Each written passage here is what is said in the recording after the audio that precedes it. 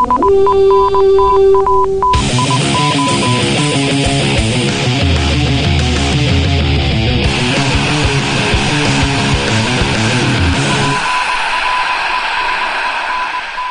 once again to Norse Code. This is episode 60, the week 15 pre-cap, or actually no, week 15 recap, week 16 pre-cap. Yeah, season's almost over.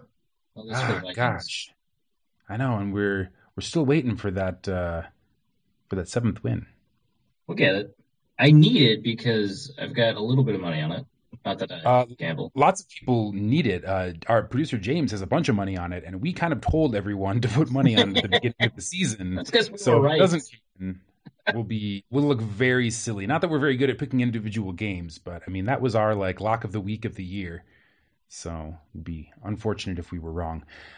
You are hearing the smooth and delightful voice of our regular co-host and in-house analyst, senior writer for Vikings Journal, editor-in-chief of Vikings Territory, and an occasional contributor to DailyNorseman.com, as well as a variety of other sites around the internet. He is Arif Hassan. How are you, Arif? I'm good. How are you, Dusty? I'm doing great. Today was Christmas baking day at the Dusty household, as I was intermittently doing research with my dedicated research assistant, Rex, whose picture I posted on Twitter earlier today. It's as my Twitter handle suggests, today was an eggnog and ginger snaps kind of day. Oh, that's all good news. That's fantastic. I hear you're starting a vacation. You're actually a road warrior. Yeah, I'm in a hotel right now, leeching off their Wi-Fi. Not really leeching, obviously I paid for the room, but using their Wi-Fi to record the show. Visiting my brother, who you know, in Vermont for Christmas. Hey, so which statement is more true? The life of a blogger is always a vacation, or the life of a blogger is never a vacation? Well, I mean, it depends. If you are blogging for your job, it's never a vacation. But I feel like if you're just a prominent blogger who has another job, then you're blogging as a hobby. It is your vacation. I like it. That's good. We have a special guest this week who is actually kind of making the rounds of the Vikings podcast this week due to his association with FinDepth, the Miami Dolphins SB Nation blog, coming all the way across the Atlantic at what passes for the crack of dawn in London, England, is Oscar Hazell. Welcome to the show, Oscar. Thanks for having me. It's not actually an SB Nation site, but it isn't? Oh, no. I'm so sorry. But the SB Nation kids are good as well. But yeah, thanks for having me. And the sun's not up yet, but I think it will catch up with me soon. I imagine it will.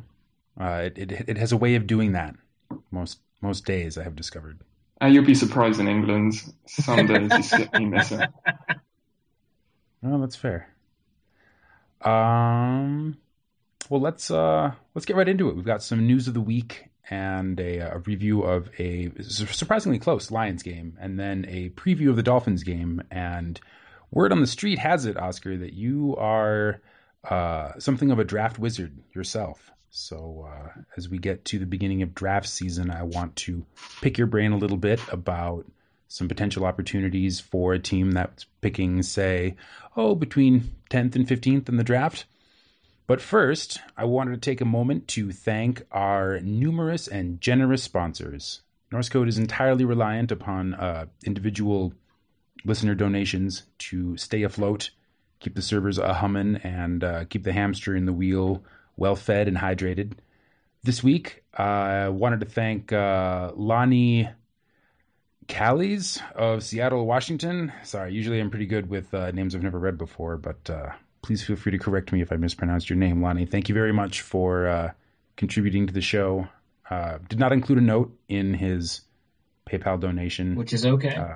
Field, which is fine. Yeah, that's we talked about that a little bit, and actually, Isaac Huntley of Oak Creek, Wisconsin, more than makes up for it.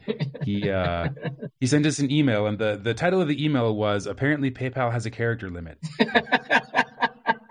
My kind of guy. Yeah, exactly. So this was his email. Hi, guys. While I was listening to Dusty wax poetic about how much donations are appreciated for just 50 cents a day, etc., I decided to finally buck up and donate to you well-deserving guys. Oh, well, thank you. Of course, then you got to the mailbag and told me in the original poster who asked about the 2 free agents to just pay and not write, which admittedly took a lot of the spontaneity and feel-goodness away from the whole act. I was kidding. Come on. Regardless, I love listening to you guys. I work at an e-cigarette store in Milwaukee and play yours and Andy Carlson's podcasts out loud in the store whenever they drop, which draws a lot of quizzical looks from Packer fans when they come in. Thank you for making being a Vikings fan in this godless state slightly more bearable.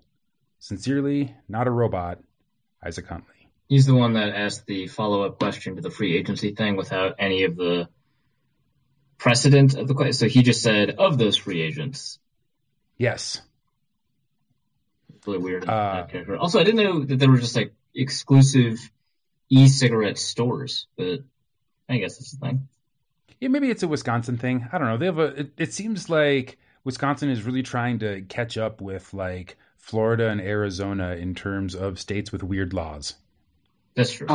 Are e-cigarettes basically like what we call vapes? Is that? Yeah, exactly. Okay. Vaporizers with tobacco cartridges. Yeah. I live in Colorado, one of the few states in America that has legalized marijuana. And so when I see a vape, I just assume that there is like a hash oil cartridge inside. So just a high-tech high. Yeah, exactly. And, they don't smell as badly as like flower or, hash marijuana do. They're just a vape for, cannabis instead of tobacco. And so when I go other places and I see people just like putting their vapes out on the table at the restaurant or just walking down the street carrying it or whatever, it's just a little bit of weird kind of cultural anachronism for me. It takes some getting used to. I'm always like, oh, put that away. That's illegal here. And then it smells like, shisha or, green apple or, coffee tobacco or whatever. Right. So you dream of a robotic Woodstock. We actually have that. It's called Global Dance Festival. Oh. One more contributor this week that I wanted to take a moment to thank, Alex Paulson of Alexandria, Minnesota, who I believe is friends with Arif. Sort of. I mean, well, I didn't want to like diminish. I'm sorry, Alex. I didn't mean it that way, but we're acquaintances. He just wanted to hang out with me at training camp, so I did. And I did it again next year. He's a good guy. And that's super tall, by the way. Alex is very tall. Well, that's the only reason I know this is because he, kind of called you out in his PayPal note. His reason for donation was for Arif taking the time to talk football over lunch with me every training camp and constantly providing great Vikings content. I appreciate that. I mean, not to take issue with any of our listeners, but I feel like your greatest strength is the intermittentness with which you provide great content. So this either implies that I only publish intermittently, or I think the more favorable interpretation for you is I publish constantly, but only every so often is it worth reading. Only intermittently is it great content. But no, that's good. I mean, you risk turning into BuzzFeed if we just get clickbait and cats if we're constantly releasing what we believe to be great content. So, yeah, thanks, guys. We really appreciate it. The show could not go on without you, and it is thanks to your support and the support of all of our other executive producers that we are able to come here every week and every other week in the off season and propagate the formula. So let us dive on in to some news of the week, a few Vikings-related headlines that I wanted to touch on before we get into the games. Today it came out that Vikings Vice President Kevin Warren and his wife Greta are establishing Carolyn's Comforts after, I believe it was Warren's sister who passed away of cancer. At any rate, Warren and his wife are donating $1 million to the University of Minnesota Hospital's cancer wing to kind of provide financial support to the families of children with cancer. It's one thing that Warren and his wife said was, spending time on cancer units of hospitals lately, they see and they've gotten to know kind of a lot of people who were struggling, and they thought they were in a unique position to help. So they made a significant donation to kind of ease the burden on the families of Twin Cities children with cancer, which is an absolutely heartwarming story for the holiday season, I think. Yeah, and it's not tea money, it's their money. Yay. Sadly, the big news of the week, or the biggest news as ESPN is concerned, other than Johnny Manziel not performing as well as the Cleveland basketball team, if basketball stats ball stats, that's the best thing on tweet of the ESPN. week, man. Tweet of the week. Second best thing, which is why they released it at 5 p.m. on a Friday, because it's very important news and we wanted to have a lot of time to talk about it, was Adrian Peterson loses his appeal, and the NFLPA is now going to attempt to resolve the matter in federal court, which I believe most people agree that Peterson's legal appeal has about as much chance of success as his appeal to the league did. Yeah. Okay, so, well, actually, first, I do want to know about this, because this became a thing for a small period of time that, both states that they were in, Troy Vincent and Adrian Peterson at the time of the phone call were one-party consent states, so that he could record the phone call without Troy Vincent's consent. Given sort of, we have a listener from outside of the states, or a guest from outside of the states, I'm really curious about the nature of those laws in England. I mean, England doesn't seem to be a country that places as high a priority on like technological privacy. So I'm just like really curious about that. I think it's interesting. We had kind of the whole kind of press scandal recently with newspapers recording famous people just to kind of get stories. Was that the thing? Yeah, there was like a load of people on, it was like News of the World. So, and that the News of the World got like people just stopped buying it. It went out of print.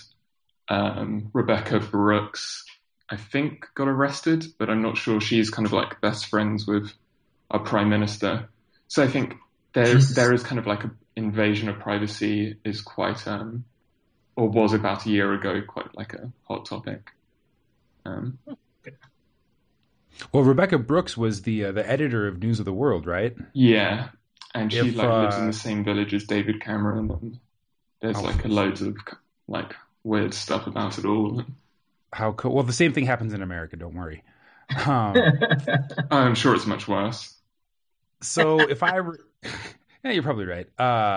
If I remember the larger details of the British hacking scandal correctly, it was that reporters for News of the World had access to like private citizens' text messages without that person's knowledge, and I guess Rebecca Brooks kind of knew about that. It was kind of integral to them writing some kind of investigative story. I forget exactly what it was about, but I think the one which kind of really upset people was there was this missing girl kind of story, and they hacked into her parents' messages.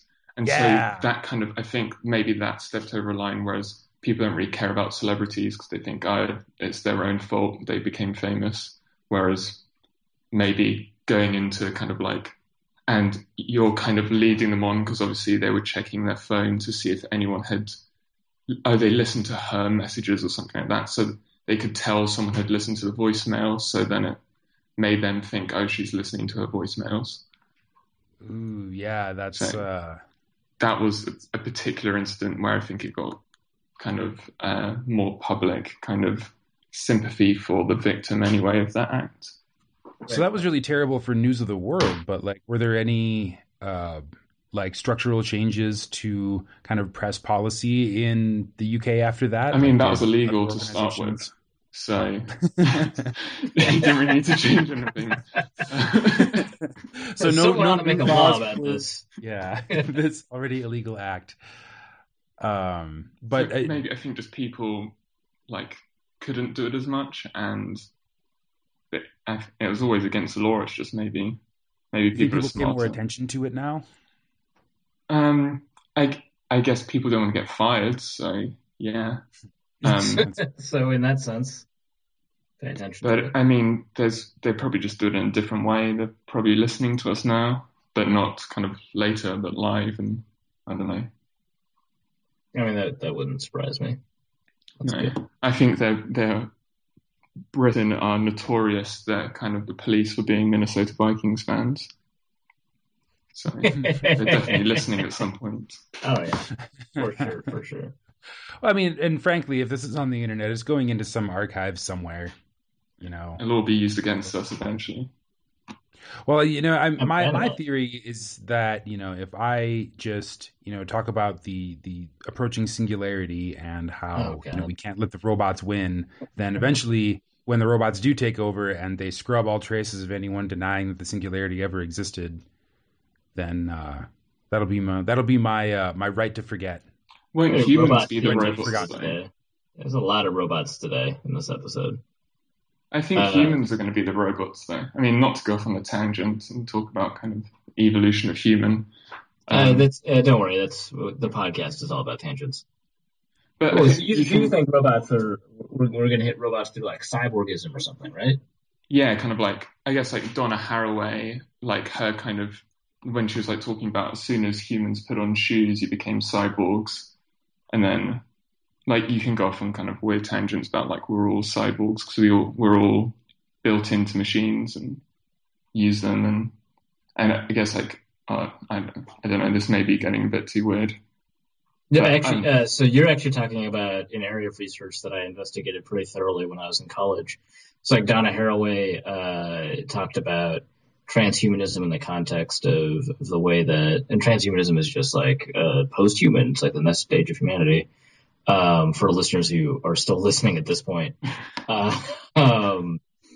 And so the interjection of technology into humanity is not just inevitable, but there's like not really a way to distinguish it from like the fact that we did that ever since we started farming. Like that's a form of technology. And so we just gradually increase our ability to interject technology into our beings. And so really resistance is futile in the sense that it's already happening. And then there's kind of like, I guess, an interesting argument of that's kind of then technology does that become the human's evolution? Because most animals evolve to their environment, whereas we kind of build our environment. So how do you evolve in something that you're constantly moving to fit your needs? Yeah, it's like a semantic debate within the different transhuman communities. But I mean, let's not get too off topic here. Back to another cyborg. I think we should actually talk about this Adrian Peterson news. That's true. He's a football-playing android, I believe you referred to him as. But so they got him on tape with Troy Vincent, where Troy Vincent, NFL executive and person who, according to the league, is specifically not charged with the ability to say these sorts of things. With the ability to mean anything by saying them. Yeah, so he can say these things, but it doesn't mean anything in terms of the league's disciplinary process. Troy Vincent and the Sports Illustrated has the audio tape. Troy Vincent says, 2 games. You'll mostly get credit for time served, but yeah, you'll be suspended for 2 more games, and you'll be able to play again this season. So there's a couple of things involved in here. The first is that from like a legalistic standpoint, from like sort of the letter of the law standpoint, I mean, the NFL is a pretty good case for themselves, in part because of the way the CBA was negotiated in sort of like a terrible way. In part because it's bad precedent in general for delegation to automatically, mean authority, right? Like, so when you delegate a liaison to your employees, that does not mean the liaison is the word of the company. That just means that they have the ability to interact. And he's basically a liaison, as like the vice president of like player development. And so from like a business law perspective, it makes a lot of sense that only people empowered with particular powers have the ability to speak about that power as if they have that power, which like is circular, but it makes sense. And then also there's the, Troy Vincent said 2 games if you go to this meeting. And, Peterson didn't go to the meeting on the advice of the NFLPA. And part of it, I think, is that, and I think this argument is not as sound because Adrian and the NFLPA are arguing that making it a condition on going to a meeting that is not outlined by the CBA, it violates the comprehensive bargaining agreement, this meeting, because we don't have the roles that these outside experts define and the CBA doesn't take them into account. Making punishment contingent upon this meeting that operates outside of sort of our resolution process that we had negotiated isn't in good faith and therefore violates. So I think that there's an argument there, but still the NFL was able to successfully make the argument that even if the 2 games thing is true, it was only contingent upon attending a meeting that he didn't attend, at least in the recording. But more to the point, he doesn't have the authority to say these things. I mean, ethically, it's super problematic, but legally, it's totally fine. So then it's fine. and that, therefore, it is fine. Well, it does nothing to, counter or eliminate the impression that the NFL is making this up as they go. Oh, yeah, I don't think the NFL is even concerned about that impression anymore. I think it was just a lost cause. That's just how they operate. And if you don't like it, then you can stop watching, which, I mean, let's be real. None of us are going to do that. And the NFL knows it. Yep. However, they like to throw us. Canadian Football League could take off. It's been going for a while. It could. Going on since, the 1890s or something. I actually am really... I have to look up the history of the Grey Cup. Because there's no way that is the same football, right? No, but there's no way. It's changed more in America in less time. Was it just rugby and then the sport just became football and they just decided to keep the same trophy? Because the Grey Cup has been around it's been longer than any other North American sporting trophy. I think. Well, now I'm going to look it up because now we have to investigate the Grey Cup and the CFL as a genuine alternative to the NFL. The trophy was commissioned, this is according to Wikipedia, the trophy was commissioned in 1909 by the Earl Grey, then Canada's Governor General. Wait, his name is Earl Grey? No, he was the Earl Grey. Earl because Canada was part of England. Yeah. Well, I think they got rid of that 10 years ago or something. Queen's still on the money, though. Yeah, she still, does the vehicle tour or whatever, the horse tour. I think they hate her. But she no longer has the ability to, veto arbitrary Canadian laws, which she technically had before and never exercised. I don't think she doesn't do it here either. She's not exactly liked here. She's basically just kind of like a siphon of wealth. So I don't see how that's really ever going to be popular. Probably more popular in America than it is anywhere else. Yeah, right? The Grantland actually wrote about this, about how the United States seems much, much more enamored with the British royal family than a lot of Brits do. Imagine if you had a king, it would be insane. You'd have people literally just, you'd have a wall of people protecting him. I think maybe this is what... Kanye West, I guess. Oh. But hasn't he been shot a couple of times? So I don't know if that's a couple of times. That's fair. No, you're right. According to Wikipedia, while the Stanley Cup was created in 1893 as the Canadian Amateur Hockey Championship, professional teams were openly competing for the trophy by 1907. In 1909, Albert Grey, the 4th Earl Grey, the Governor General of Canada, planned to donate a new trophy to serve as the Senior Amateur Championship. However, Sir Montague Allen donated the Allen Cup before Grey could finalize his plans. I'm sure there's some political chicanery that we'll find out eventually in some sort of BBC serial about Royal Canadians. Maybe that's serial too.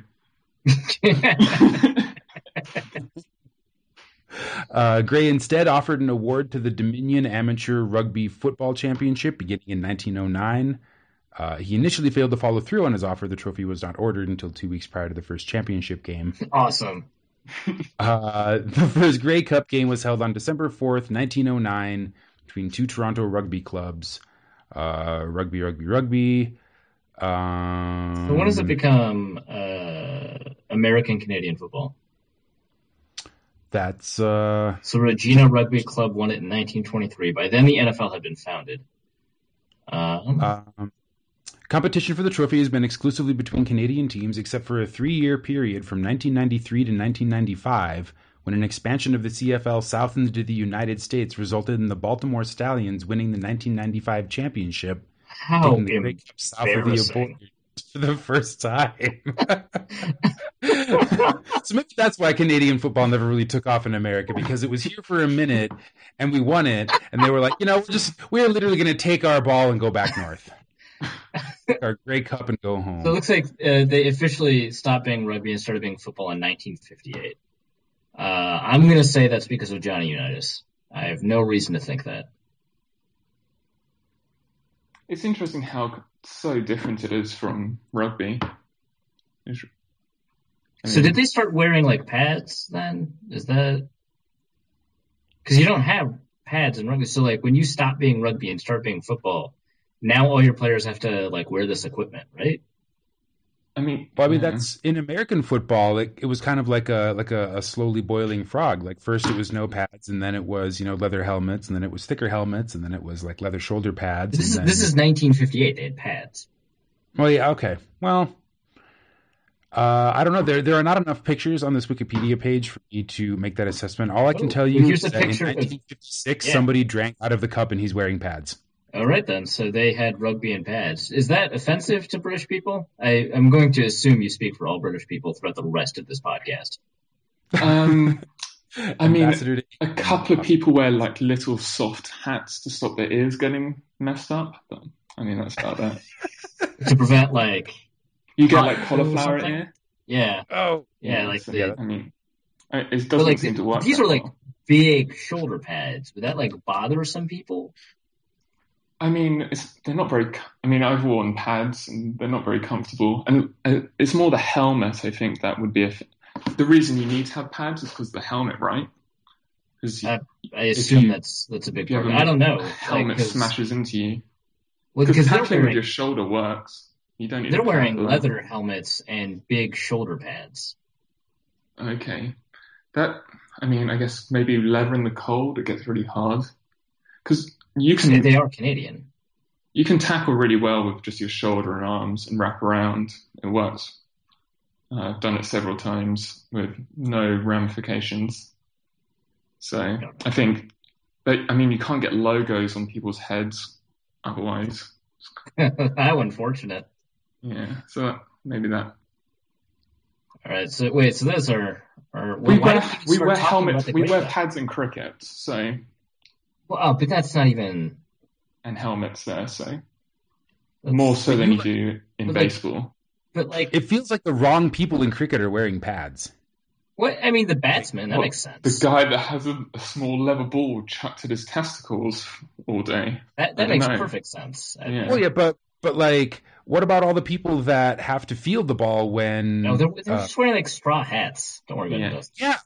Like, I would be... Well, all right. It's not coming at you at 100 miles an hour from 30 feet. Well, it makes sense. It's just, not a real sport, so... Ouch. Well, I'm curious. I end up listening to the BBC late at night because National Public Radio... Because you like to think that you're cultured, yeah. Well, no, it's because I'll find myself, up late and there's nothing good on TV, so I'll listen to NPR, and there's no NPR content. They just run the feed of BBC World. And every now and then they'll do cricket scores, and I have no freaking clue what they're saying. Yeah, cricket is like me with baseball. I have no idea about baseball. Baseball is a little easier than cricket until you start talking about unwritten rules. Then, but cricket's like pretty easy to understand. Yeah. Well, sometime in the off season we'll have to get you back on, and we can hash out the rules of baseball for people on your side of the Atlantic, and I can finally figure out what all these cricket words are, and feel I can curl my pinky finger as I listen to NPR at 3 a.m. So Chad Greenway is nominated for the. What a segue! we're excuse me. We should have talked about golf. Really, we could have got the actual reason why we had for Oscar on the show if we are reliant on him to be an ambassador for England as well as. I don't think he was informed of this responsibility. I thought he was going to talk about the Dolphins. I imagine it's like this whenever you deal with American people. You know, we just all regard you as a curiosity. Would like to trap you under a glass dome. Investigate you. Not so much a glass dome, but maybe that's. I guess normally it's just kind of I speak correctly and they don't understand. So I don't know. Shots fired. Yeah. Ouch. As long as you don't pronounce the word niche, and then we're fine. The way Americans do. Oh, Jesus.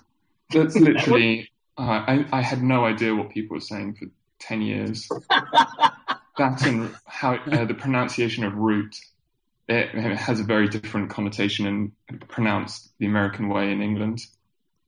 Oh, there are multiple American ways to pronounce. Yeah, route. Yeah. So the third quarter of the Dolphins game against the Patriots in English, that's a route. Out. Yeah. In English. Okay. Yeah. Those points the Patriots ever scored in the third quarter, right? Yeah, they scored quite a bit. Yeah. It's like 41 points or something. I think it was a bit more. I think it felt like 80 odd.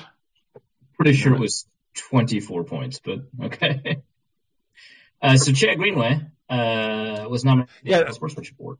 This is a brand new award. Rolled out this October in a piece of very unfortunate timing from the league. Very fortunate. Opposite. It's definitely fortunate timing for the league. Are you kidding me? Really? I don't know. It seemed like it was kind of eclipsed by the extreme off-field, unsportsmanlike conduct. But what's the point of this award except to diminish the impact of shitty NFL players? That's fair. Fantastic. Did anyone hear about it, though, until kind of players were nominated? I didn't even know it was a thing until 2 days ago when a couple of players got nominated. Well, that's the thing. Apparently, a panel of former players have been sitting in a room together on and off over the last few weeks or whatever, sorting through 32 nominations, whittling the list down to 8 finalists. Chad Greenway of the Vikings is on there. Cardinals receiver Larry Fitzgerald. Panthers linebacker Thomas Davis. Calvin Johnson is on there. Troy Polamalu is on there. Patriots receiver Matthew Slater. And Chiefs quarterback Alex Smith.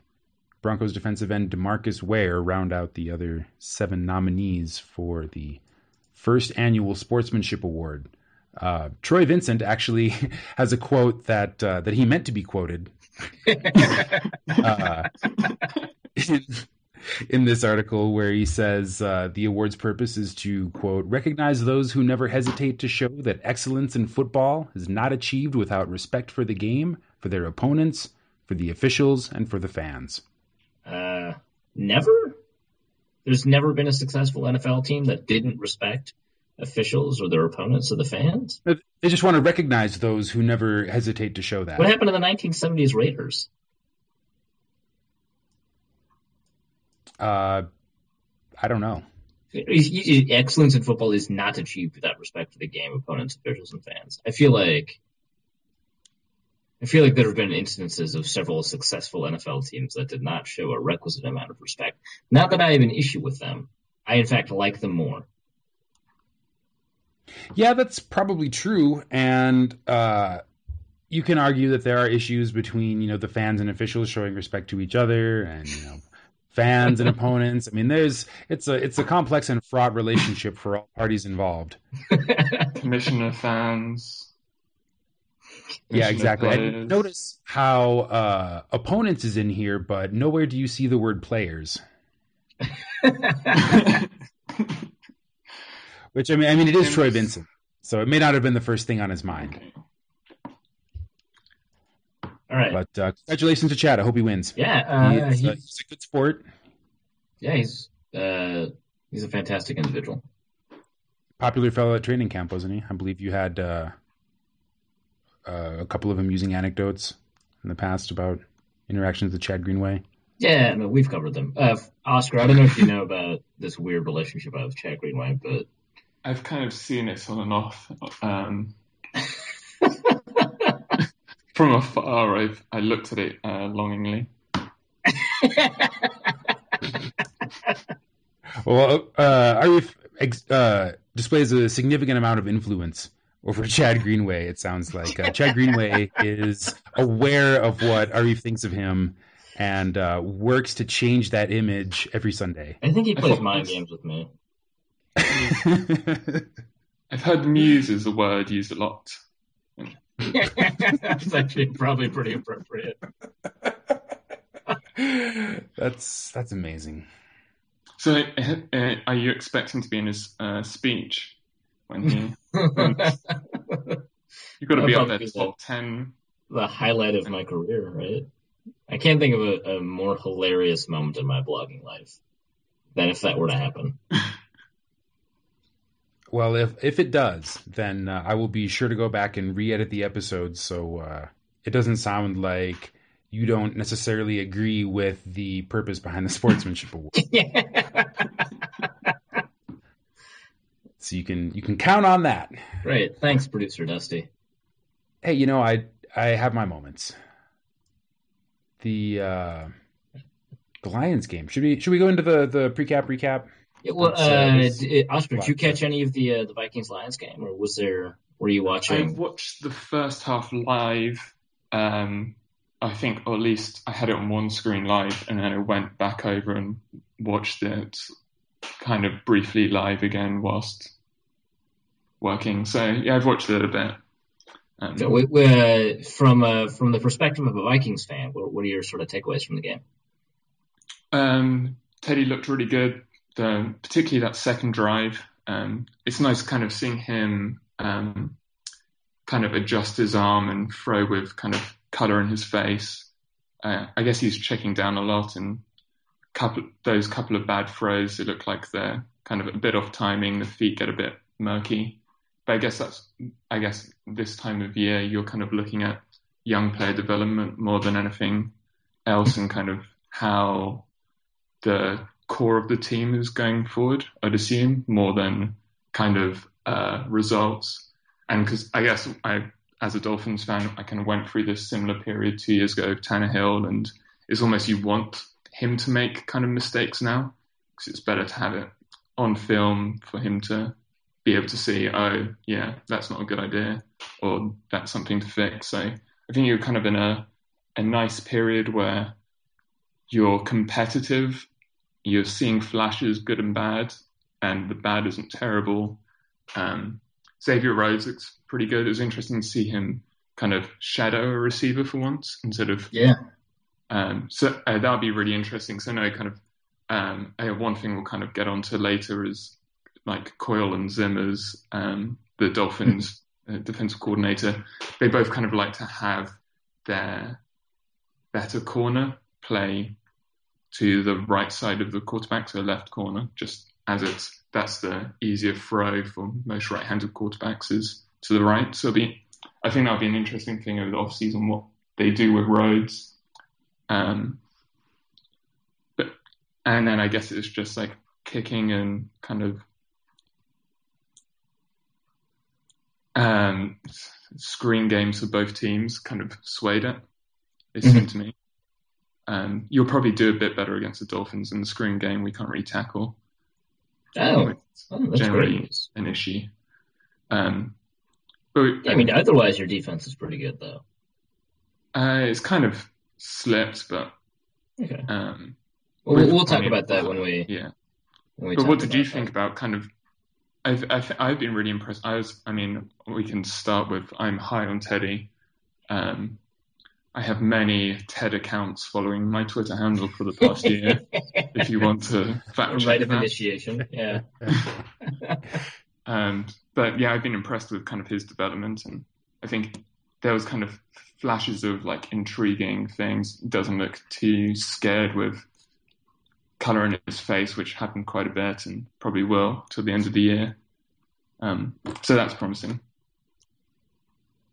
Yeah. So if you saw the first half of the game live, I feel like you saw the best half in terms of the Vikings performance. That was the most exciting half for sure. The half when Teddy looked, most like himself.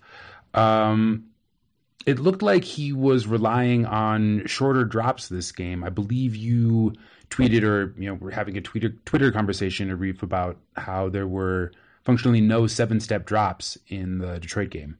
Yeah, so the first time that Teddy went up against this Detroit defense, I mean, it was like a disaster. 8 sacks for 45 yards, a couple of interceptions, not a great completion rate, tons of pressure.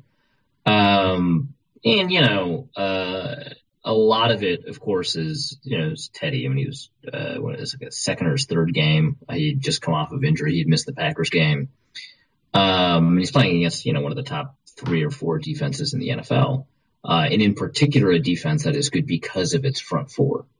And so the offense hadn't changed much from just the classic Norv Turner offense, and so there's a lot of 7-step drops from under center. And when they weren't 7-step drops, they're often 5-step drops from under center.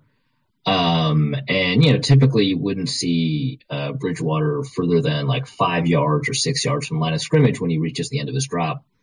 And the rhythm wasn't great for him or anything like that. The big problem was that there was no protection for Teddy. Neither of the tackles, who at the time the Vikings were expressing great confidence in for some reason, were getting much help from tight ends in terms of chipping defensive ends, and Ezekiel Ansah is pretty good. That was sort of his breakout game. But beyond that, they had Ndamukong Suh in that game, and I don't think they had Nick Fairley then either. But the front four is still actually pretty good, and they were able to get through the guards. Brandon Fusco had just gone down, and so you had Vlad Jacastin, and none of the offensive game plan took into account that the offensive line was not very good against an incredibly good defensive front. And without taking that into account, Teddy was abused. And in this game, a lot of things changed. If you take a look at his first 10 passes, just his first 10 throws, 9 of them, the first 9 of them are all from shotgun. Further, very, very few of them take very long to develop. Of those 9, none of them were 7-step drops from shotgun, which you sort of expect because that's a pretty deep drop. But beyond that, the timing was 3-step, 5-step, but a lot of 1-step. There were at least 3 or 4 1-step drops, for a quick screen or a super quick slant or something along those lines, just so Teddy could get rid of the ball. And so it protected him from the pass rush pretty quickly. The one drop from under center was a 7-step play action, which, for a lot of people in its own way protects quarterbacks, although in the last game it didn't. And on that play action, you saw tight ends chip the defensive ends on the outside, allows the tackle to push inside. It gave Teddy a lot more time. So the offensive plan was designed to protect Teddy with a subpar offensive line. Though the running game changed too. It's interesting they decided to engage in more man or power blocking just because they could create interesting angles on Ndamukong Suh. Even though the yards per carry wasn't better. In fact, it was worse for the running backs. It was like 2.7 in this game and 2.9 in the previous game. The success rate was extraordinary. It was something like 75%, which I don't know many NFL games where you can get 75% success running the ball. Pretty good days, usually 62, 63%. In the previous game, their success rate was around 47%. It was very bad. And you would call that a massive indicator of success. I believe run success rate is one of your kind of favorite statistics in terms of determining how good a running game was. Yeah, it's much more predictive of future wins. It's much more explanatory of a win. So like a higher yards per carry doesn't correlate very well in game with winning, and then it correlates really poorly in future games with winning. It also doesn't correlate with itself very often. Very well. But run success rate does. All of those things. Not extraordinarily, but it does a really, really good job. And so you just have to think about it in terms of what are the coaches trying to accomplish and whether or not they did. Right. And so on first down, that's often 4 yards or more. On second down, that's 60% of the yards that you need to gain in order to convert. And on third and fourth down, it's all the yards you need to convert. So from that perspective, the Vikings were incredibly efficient on the ground, despite a very low yards per carry. And some of that has to do with the change in blocking. Some of it has to do with they did this thing I'd never seen a professional team do before. I'm sure they have, right? But I just hadn't seen it. It's an inside toss.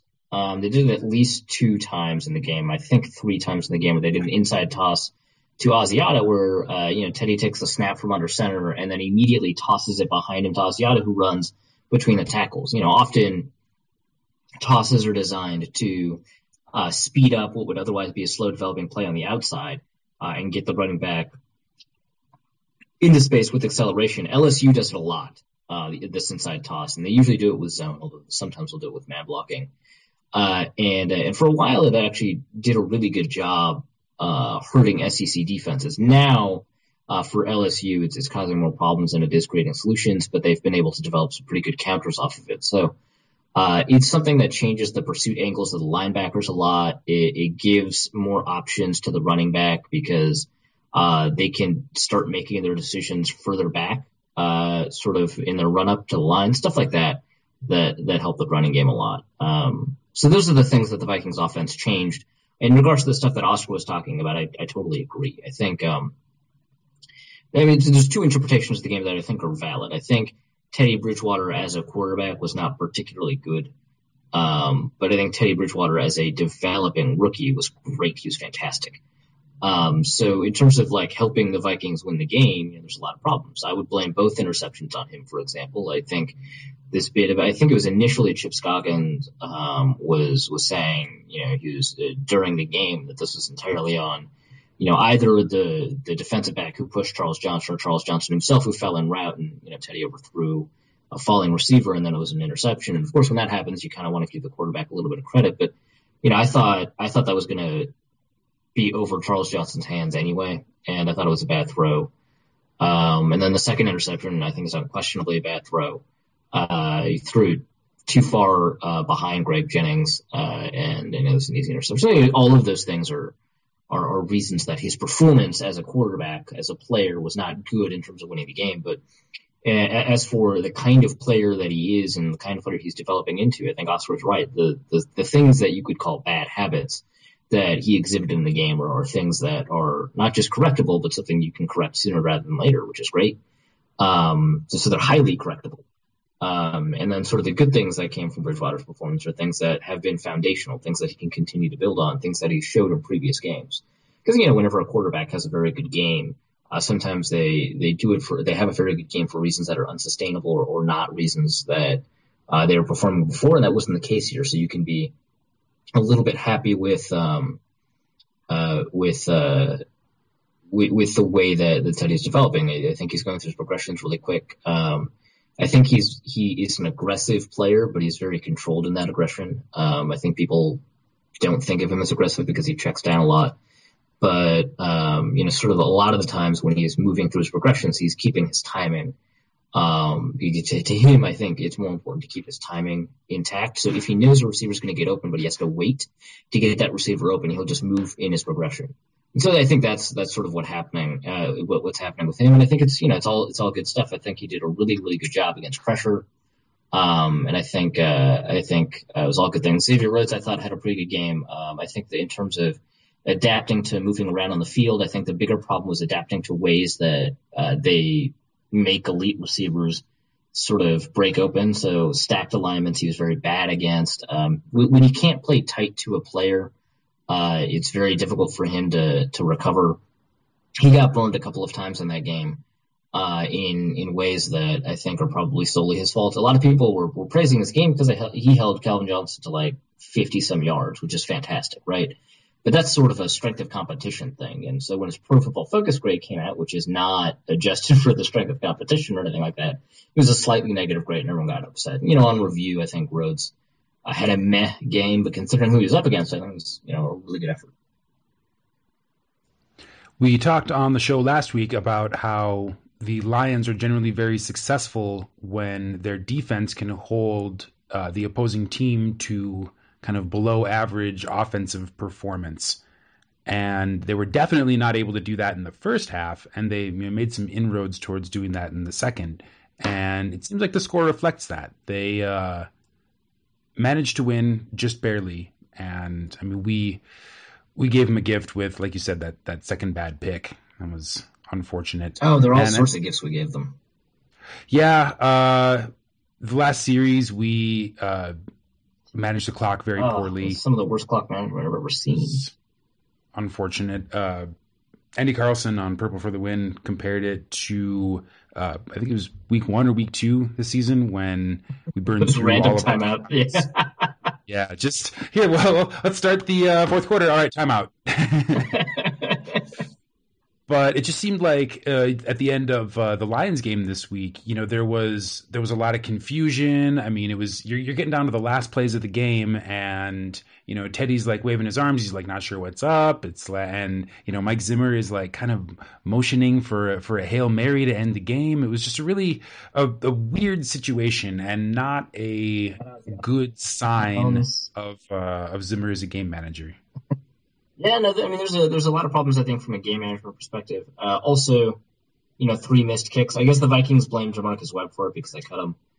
No, Jamarcus Webb got cut about 6 seconds after, that blocked field goal when he got blown up, and they were like, "Well, we know even though the name off the jersey, 4 special team snaps." Right. Yeah, exactly. That was.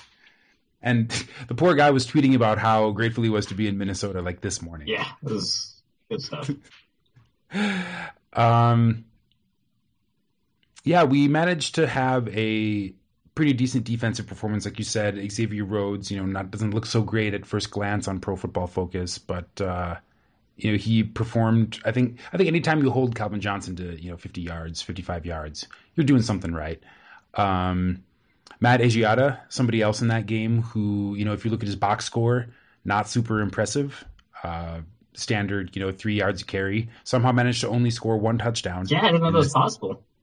It's extremely uncharacteristic, and now I have to include it in, the realm of possibility.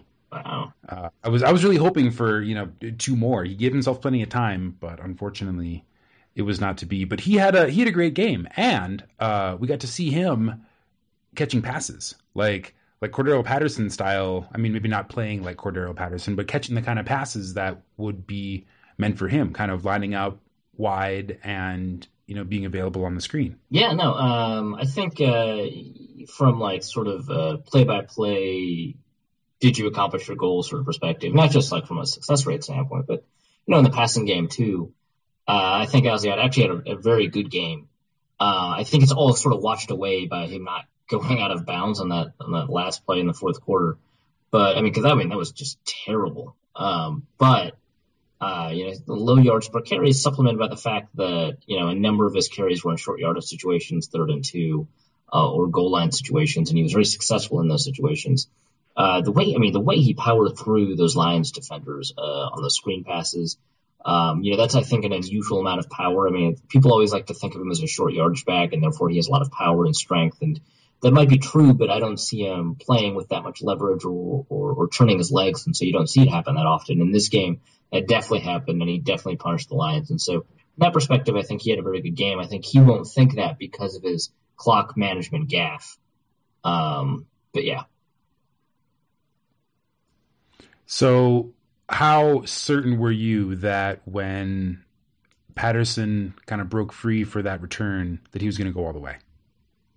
Reasonably certain. It felt like it was in the cards, right? That's the sort of thing that would happen, right? Yeah. And then he comes up big in the second half and silences all the haters, and everybody takes a victory lap in the presser. Yeah, no. But he looked fast. Did he ever? But I mean, do we like? Has he ever not looked fast? These past couple of games, he's been on the field for like all of 7 snaps in the past 3 games, but in those 7 snaps, he did not look like himself. I will say that. That's like 3 games worth of not being fast, by the way. So, that's. But he was injured. Like, he did get injured, so that would be the reason. But now he's fast again because that's who he is, and arguably that's all he is. But I was going to say, do we really need a specialized punt returner? I don't imagine that's how he envisions his career in the NFL. Yeah, I can't imagine he thought he was a first round pick just to return kicks. I mean, Ted Ginn shows it's not a great investment. I mean, Ted Ginn's making a lot of money off of it, but I can imagine that. Not only is he disappointed, but I think he's more making money off Arizona for. Bruce drafted him first. Was it Arizona? Oh no, we drafted him first, but now Arizona are paying him. Oh, look at that. So, yeah, but I guess we probably did pay him way too much. Well, yeah, you drafted him. Yeah. What's 7th? Too much. Top 10 punt returner. So it could be worse. Cordero could be worse. Yeah, I mean, it could be Troy Williamson. Sorry, Vikings fans. I think other than I think Sendejo and Exum had pretty good games at safety. But I think other than that sort of note, that pretty much covers the game, right? Oh, Carl Rudolph played well, I thought. Yeah, and he's still limited and injured, and so the ability for him to what was that? You wouldn't tell from the way how he was moving. I mean, I guess he wasn't going kind of vertically much. But he wasn't doing that. But he had his ability to sort of focus on the high point the ball. He got open sort of the intermediate deep portions of the field. He definitely showed up. You clearly watched the first half. He definitely showed up in the first half, which was nice. But I mean, I think that the Vikings are still limiting his snaps a little bit because he's not 100%. Rhett Ellison on that one, that was Gronkowski-ish, where he just wouldn't go down. Got 10 yards when he should have gotten -2. That was pretty cool. Oh no, was that the 3rd down or 4th down play? Yeah, I think it was a 3rd down play. But yeah, that was pretty cool. But yeah, no, I think Rudolph is slowly becoming sort of who the Vikings want him to be, but it's taking a long time. He's been injured almost every season. He just got a big extension. If the thing about his weight loss is true, how he was at 280 pounds under Leslie Frazier, which is just a crime, and he's back to 250 with Norv Turner, then I'm optimistic about his ability to perform at the level that he did the year before he declared for Notre Dame, because he was fantastic. He was fast and gifted, and you saw a lot of it, but you didn't see enough of it because he wasn't a very fast tight end for the Vikings and not a very good route runner for the Vikings. Maybe all of that comes back with the next season, with both appropriate amount of weight loss and recovery from injury. Can you imagine? Would you draft a 260-pound tight end who's an athletic wonder and make him play at 285? Well, I mean, lots of teams do stupid things. We drafted Michael Agnew, then called him soft in Hard Knocks, and then insisted on playing him as a lead blocker, inline tight end, and never throw to him. So, kind of judging what NFL teams do under logic sometimes is not the most sensible of ideas. But they do these things. It's quite, It's just who they be. And it should kind of, if he does kind of stay at that weight, in theory, that should help kind of with injuries. Because you obviously just not carrying around that weight, it puts less stress on joints and it's a bit easier to survive. Yeah. One would think. I don't know. That's about all there is to say about. I think we should just stick to only talking about first half of games. I think that's a good precedent we've started. But that doesn't really work for the Why would Vikings. that be? Why would that it's been fine the last couple of weeks.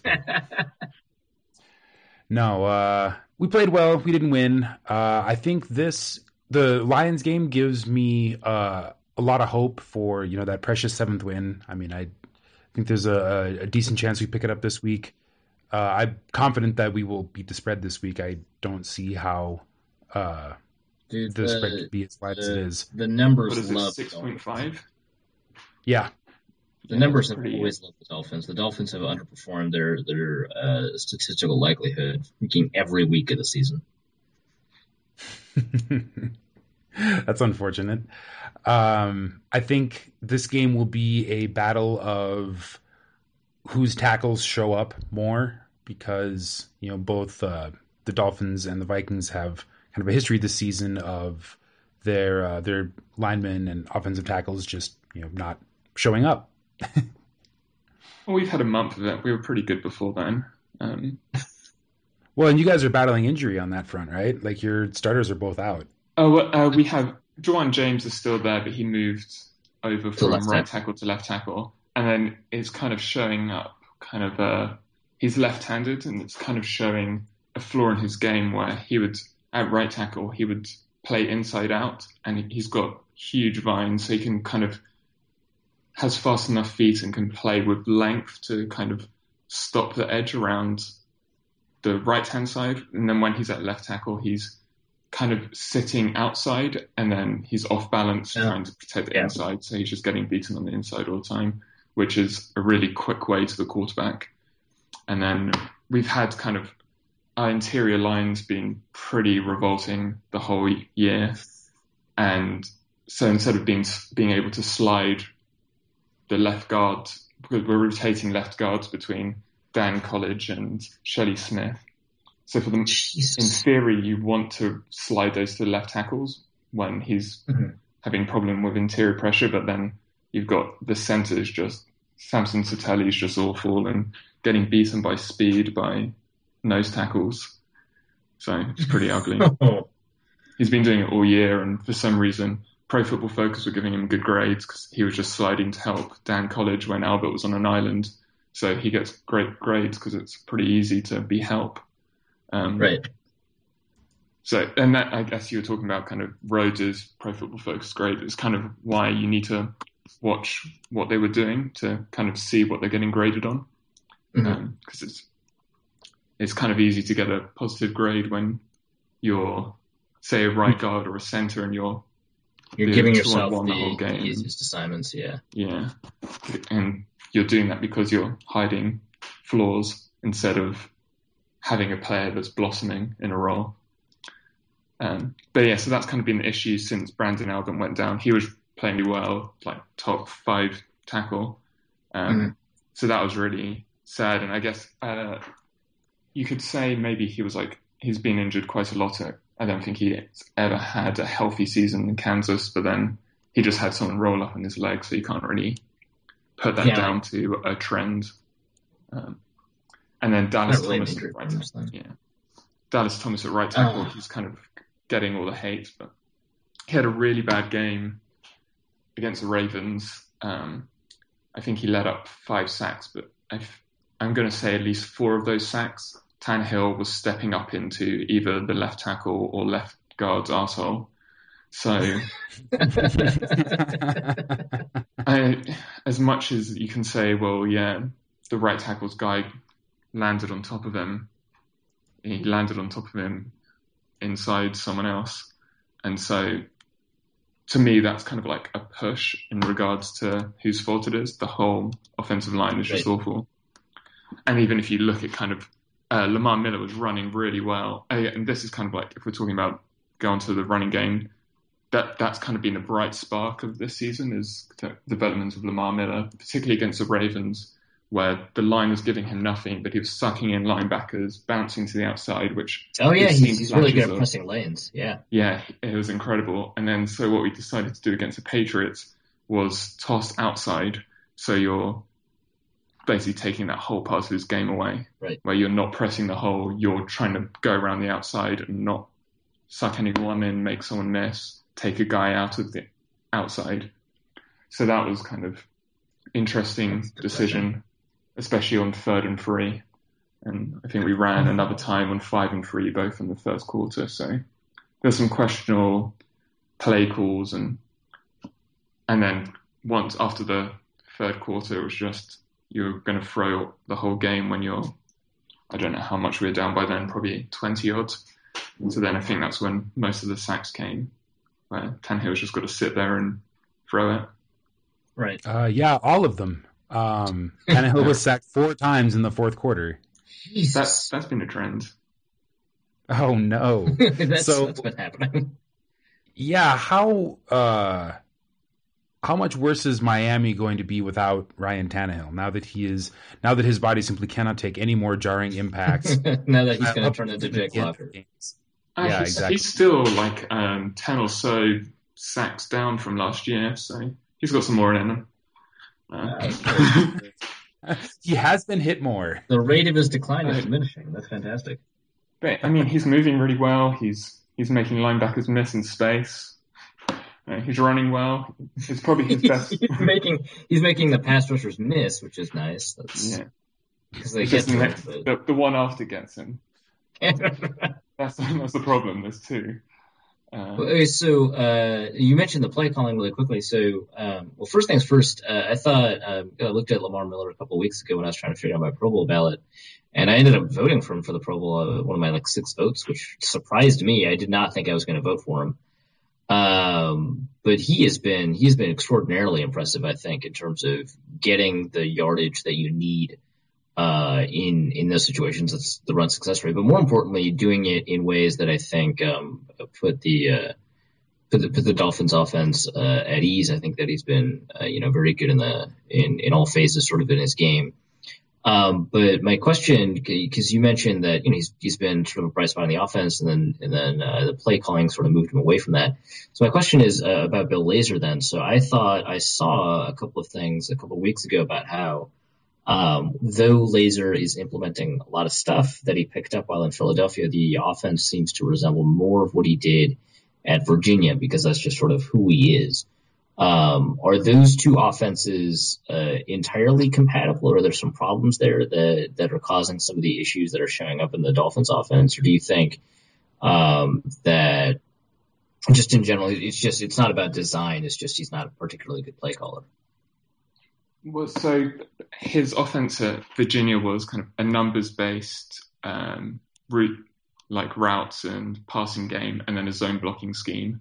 And so kind of the only aspect he really took from Chip Kelly is the zone read, and then kind of option plays off that as kind of a triple option play. So we often see, although it lessened until last week, kind of a month period where we didn't really see that triple option being set up, where it's either a jet sweep or one of the outside receivers is kind of looking for the screen. I think there was one example the first time Tannehill kept it. Option play, yeah. Yeah, so what that seems to be is kind of the out if a linebacker or a defensive back is reading Tannehill instead of the defender that Tannehill's crashing is reading that crashes, which is a smart way to play it. Right, that's scraping the gap, yeah. And then so as a out for that, we then pass to the sidelines because you're taking that defensive back out. So in theory, then you have 2-on-1 on the outside. So that's nice. There's been a couple of instances where it worked really well, a couple when blocking could have been better and it was probably been a touchdown.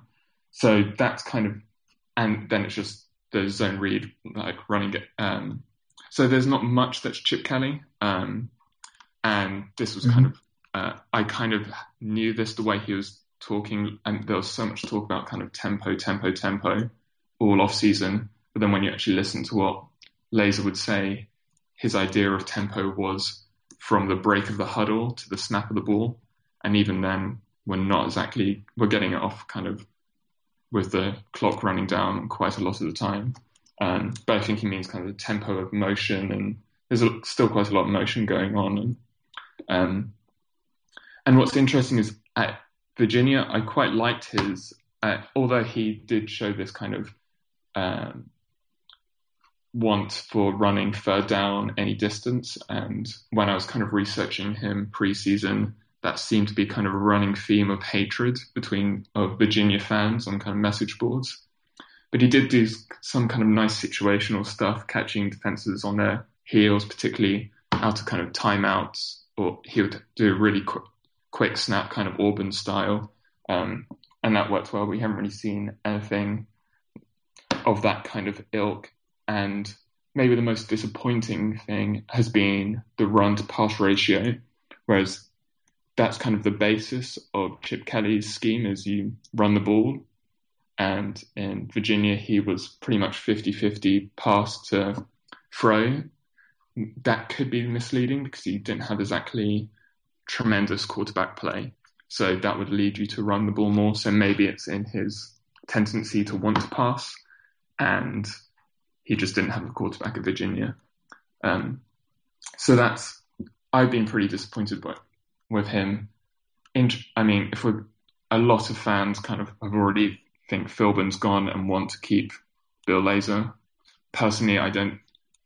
He's a rookie in the same way in which I'd kind of give a pass to Zimmer, kind of making rookie game time decisions as kind of like he's learning how to do it. He's never done it before. So what are you you're going to make mistakes at times. Glad he's making them all now, because he's making all of them now.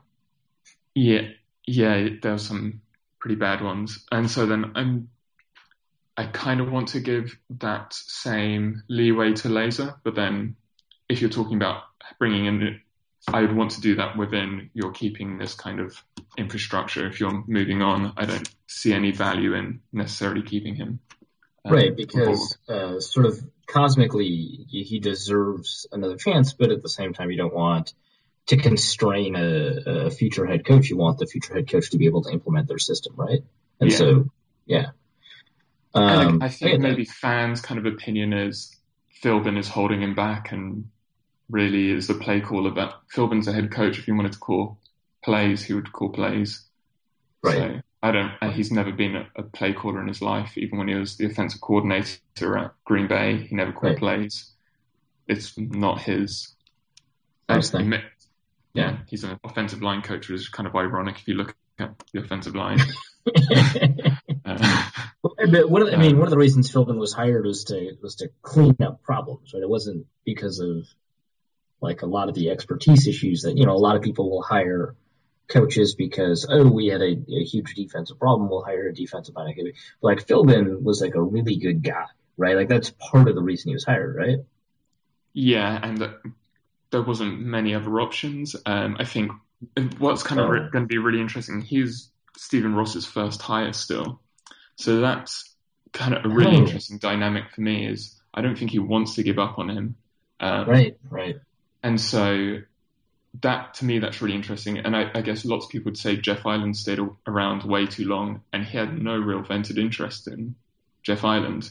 So I think he may be kind of more patient than some owners. And there has been, and you could argue that the offensive line issue was down to Ireland not kind of adjusting personnel to his own blocking scheme.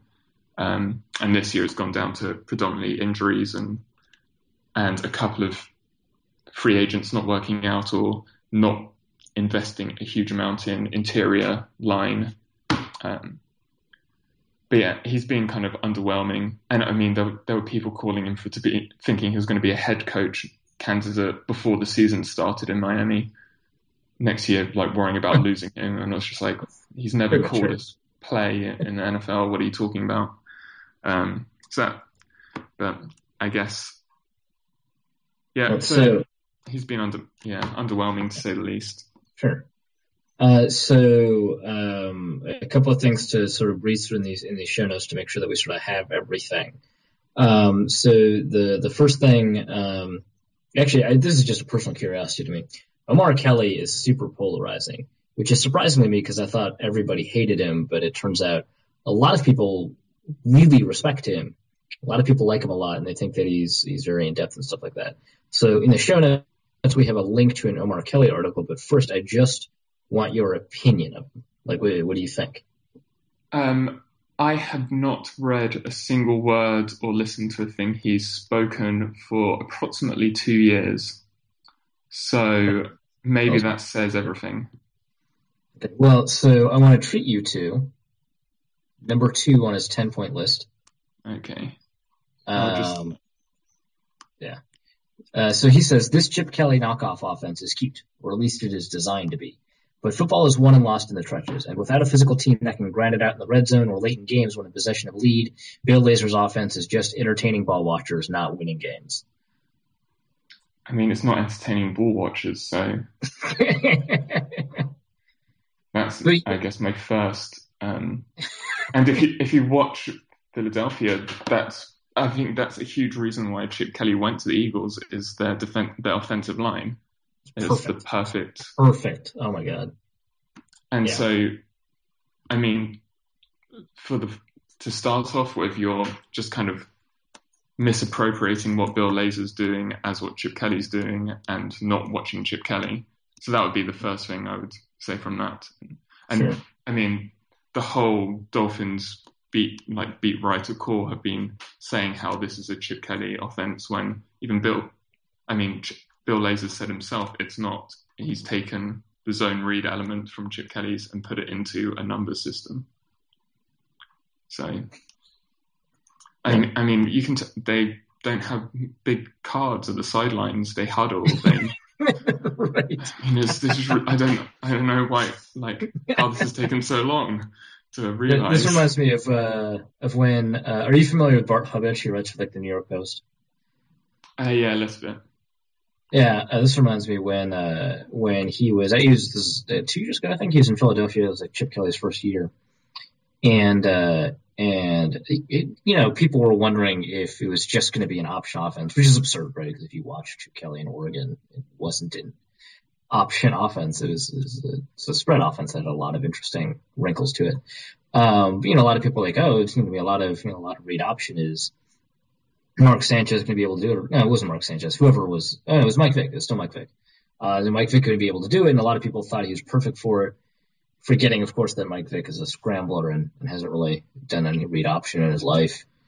But Hubbich is watching camp, right? And he tweets out, "They told me it wouldn't just be the read option all day, but they've only been in read option formation since I've been in camp." Oh yeah, I remember that. Yeah. And he blew up, because people were like, that's not a thing. The thing you were describing is shotgun, and that has been around for a while.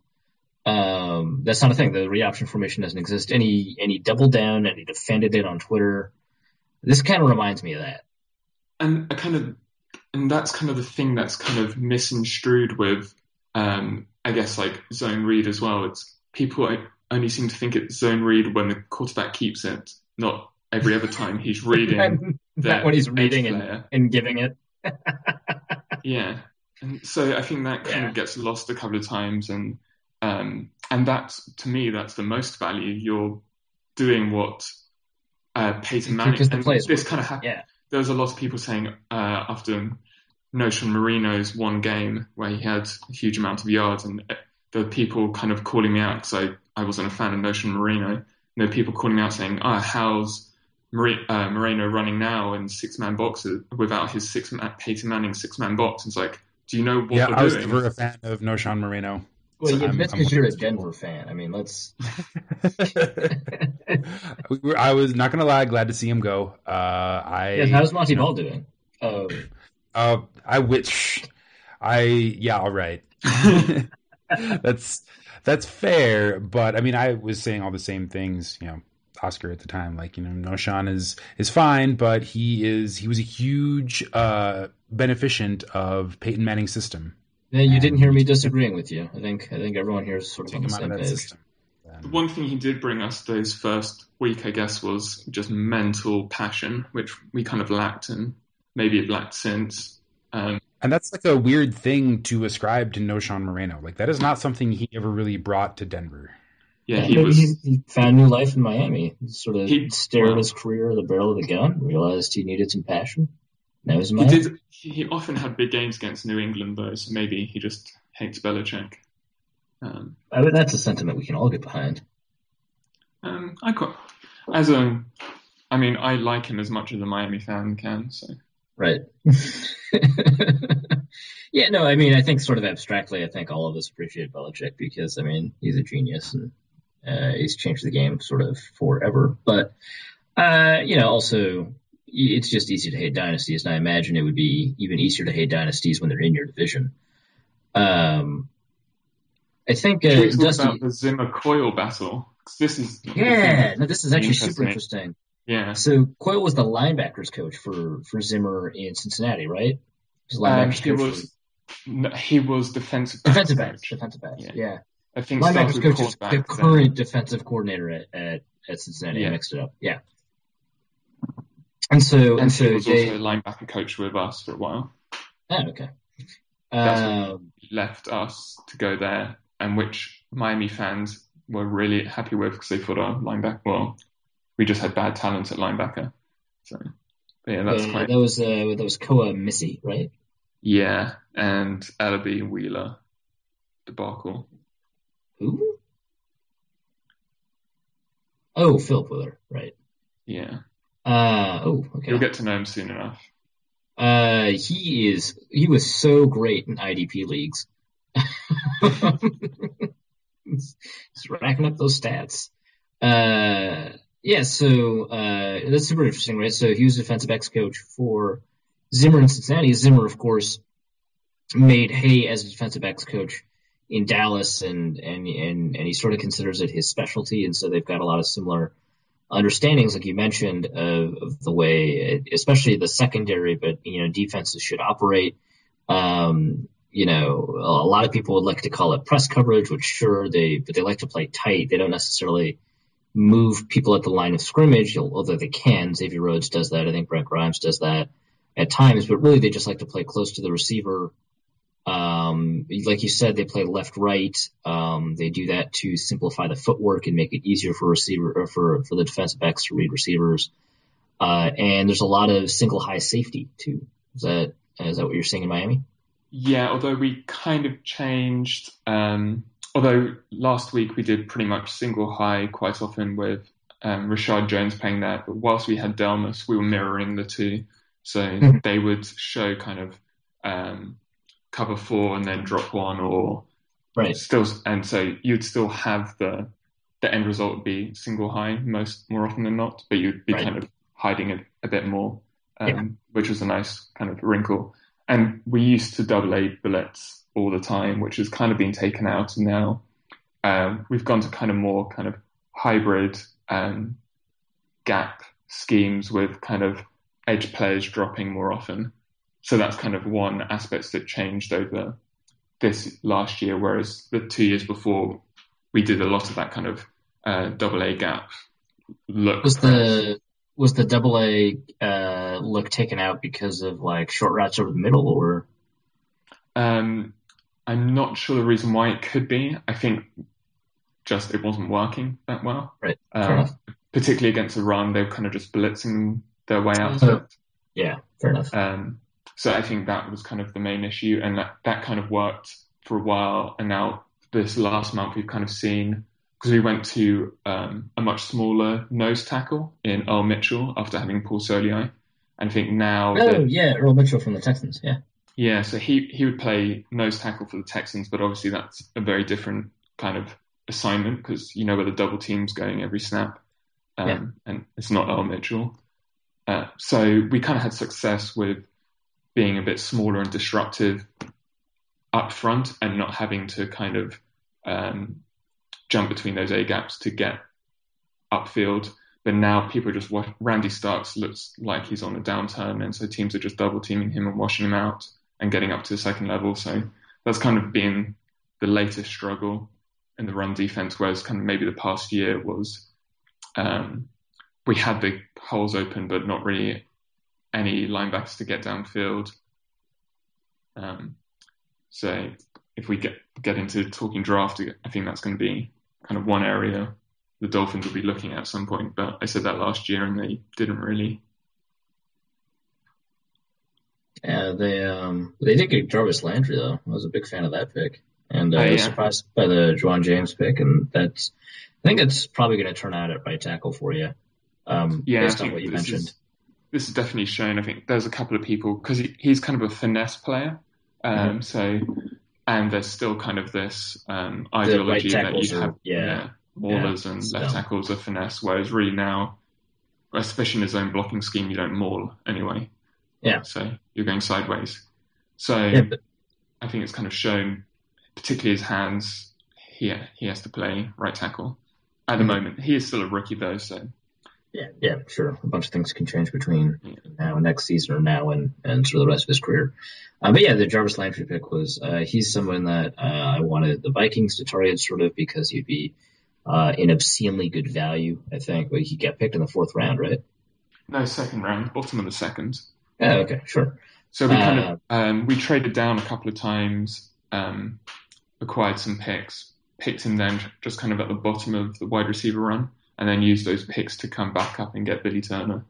So I was a big fan of that series of moves. I thought it worked out well.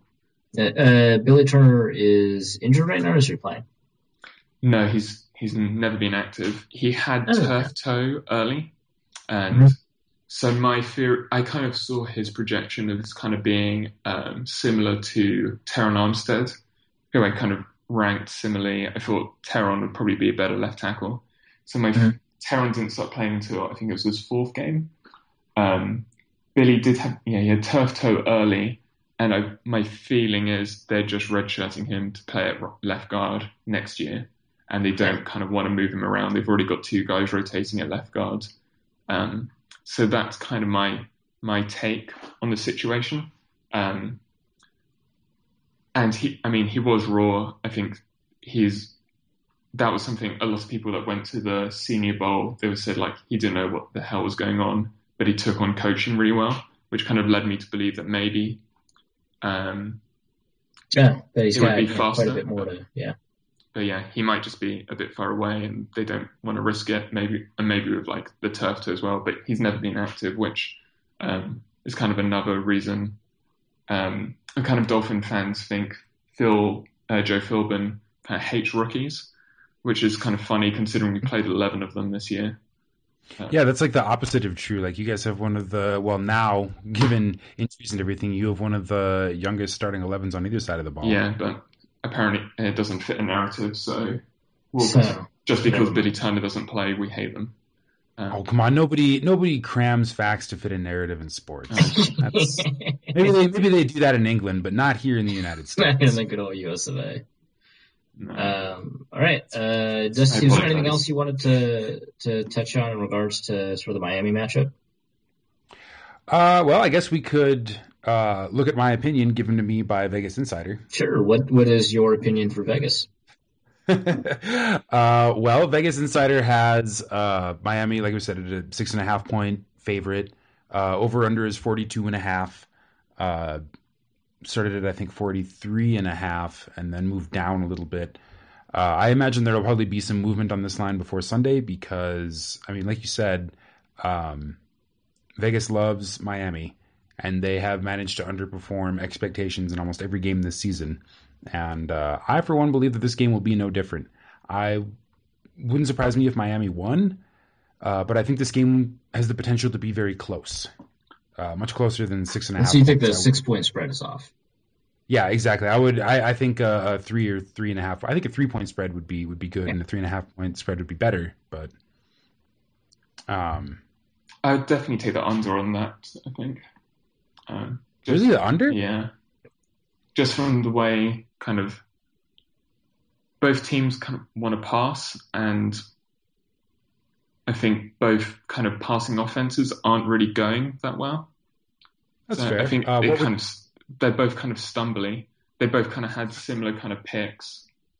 What would your over-under be on number of sacks for both teams combined in this game? Maybe they kind of have a mutual pack and decide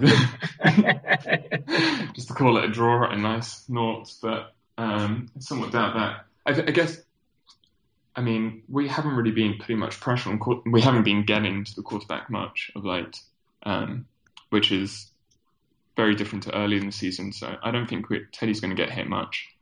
Although saying that, I just remembered who your left tackle is. Yeah. Don't put too much stock in the strength of our line. I am not confident that the starting left tackle who's gone to a Pro Bowl in his past is any better than the third backup at right guard. So that's sort of where we're at. Hopefully we get to see Terrence Viday playing and get another sack. It'll be fun. He's one of my favorite young players. Yeah. What's his deal? Pardon? What's his deal? He was like the 7th round pick out of Marist, and he's just a freak. And he was during the draft. Rich Eisen called him out because he got picked ahead of Michael Sam, and then I think he's had a sack and a half already in about maybe 80 snaps. And he's just a terror. He's just huge and long and fast, so he's pretty exciting. Interesting. Probably line him up against Vlad Ducasse then, and get some. I mean, they probably bubble wrap him and not play him because that's fair. We've got so much depth at defensive end. We're rolling 6 deep. Well, I mean, that's why you could lose one, because you had Olivier Vernon step in, and then you've got what is happening actually with Dion Jordan? Well, so he's they kind of have all our defense. There's kind of like this talk, they're playing him more as linebacker. They're doing this with all our defensive edge players. They're kind of standing them up, dropping them in coverage, doing a load of different things. So he's much bigger. He's got a lot more power. He's actually probably been one of the best against the run the past month. He had a couple of times when he stood up tackles, dropped them, and then they like tackled his legs to stop him blowing up a run, which didn't get called. Right. Whereas Wake's been getting, like, they were motioning Gronk to put him on Wake when Wake was lining up at right D end a couple of times in goal line because they like that matchup. So that kind of shows Wake's been a bit not of his sorts for a while. OV's he's looked much worse against the run, which was kind of his strength, but he's learned a couple of pass rush moves. So that's kind of it's kind of been a weird year where they're really deep, and then I think you want to be deep at pass rusher, but then I also kind of understand pass rushers like to play it like a game of chess, and they want to set up the tackle, and they want some time, and then we're not really giving guys series so much. We're kind of having people situationally, and perhaps that's not working. That makes sense. You're balancing, your ability to develop tendencies and then break them. Something Jared Allen, I think, was famous for being able to do, in favor of having fresh pass rushers, and you don't know if that balance is working out. That makes sense. Okay.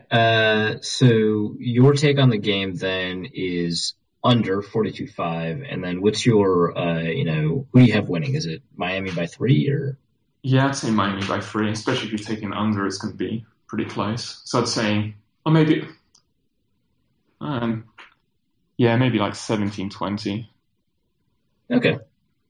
And that's partly just because Miami have not really played a full game of football, and so they've done it maybe once or twice.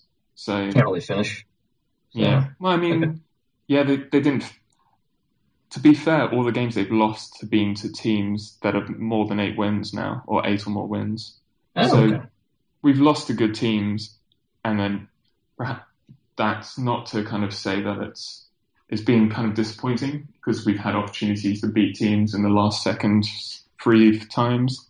We've had other times when kind of, even against New England, we're in positions early on in that game where you had a blocked field goal, go for a touchdown. You had a dropped pass in the end zone. So it could have been a 14-point swing the other way. So there's kind of every game we haven't been completely out of it. There's just been kind of lapses where it's got away. Even the Ravens game, we were up 10, dropped pass on 3rd down. And so I don't think we're far away. It's just kind of the execution. That's probably why the advanced stats do like Miami so much, because when those plays are often successful, but they tend to be unsuccessful in critical situations. I think that's sort of why Vegas is setting this line. I would actually I'm a little actually more hesitant about this. Dusty thinks that this game's a good matchup for the Vikings. I don't. I think that offensive line is always going to be a problem, regardless of sort of what Miami's trying to figure out in terms of their pass rushers, what they're trying to figure out in terms of the linebackers. I still think Miami can pull this one together and actually beat Vegas, but I'm not going to take the over. So it's going to be 24-17 Miami. Ooh, I think the failures are high leverage. Oscar just explained that. I don't think that's sustainable. No, that's fair. I think Miami will win this one, but not beat the spread. I am going to go with in light of last week's game against the Lions, which nobody really predicted us winning, and then after the first half, all of a sudden we looked like a rejuvenated team. I think we play them hard, but lose a heartbreaker, 21-20. Okay, that's losing a heartbreaker is pretty familiar to Vikings fans. Although Oscar's saying the same thing about Miami, a lot of last-second losses. We've lost to good teams. I'll put that caveat out there. Oh, that's true. We're not one of those. So, that's true. New England ran away with it in the fourth. The Vikings are much less likely to do that. Oh, it was the third. They didn't even play in the fourth. Yeah. Oh, yeah. They just hit Tannehill a lot in the fourth, but they put the points on in the third. We filled him with candy, and they've. Someone told him told the line there were Tootsie Rolls inside Ryan Tannehill. I don't know what a Tootsie Roll is, but I'm assuming the Patriots defensive line do. That's all that matters. It's a candy that I assume the Patriots defensive line would enjoy eating. Okay. I just think of it as convenient American piñata filler. It's the kind of candy that spills out pleasingly. Yeah, it's very good for that role. Think of it like taffy, except it's chocolate and not taffy at all. Okay, I don't know what taffy is either. Sorry. Jesus. I know what chocolate is. They have like an English to English glossary. It's not toffee. That's that's different. Is it like hard stuff? No, it's chewy. Nougat, kind of. Yeah, okay. Yeah, nougat's probably better. Yeah. The breadth of candy offerings we have in America, I think, sort of outpace anywhere in the world. Your population aesthetically is very evident of that. Are you calling me fat? Not you, your people. your people. What do you mean, our people? No. Well, it's not all candy. Don't forget sugary soda and McDonald's. Those are the trifecta is in play. So, go Dolphins, I guess. We all seem to be on the same page with the Dolphins taking this one down. As a note, it should be a good game. Yeah, it should be fun. I think it'll be an excellent game. I think it'll be a nail biter. I think it'll be close at the end, and it'll just be a question of kind of which team has the more catastrophic fuck up right at the end that gives the other team an opportunity to either put it away or squeak out a win in the last couple seconds. So it's more going to be who loses it, not who wins it. Yeah, what could be more entertaining than that? Yeah. Well, I mean, neither one of these teams are really winners this season. I mean, let's be honest. Hey, we can I would say they're not closers. They're not. We can still be over 500. Haven't you ever seen Glengarry Glen Ross? Winners close. Okay, so we're on to the number of the week, or are we just gonna skip over that because this podcast is running kind of long? Well, we got features this week, but we'll do them quickly. I specifically want to do the number of the week because it is draft related, and that is an area of expertise for Oscar. Number of the week this week is 11. 11. That is the projected pick for the Vikings. That is their current draft position if the season were to end right now. This is the only number of the week I've ever accurately guessed.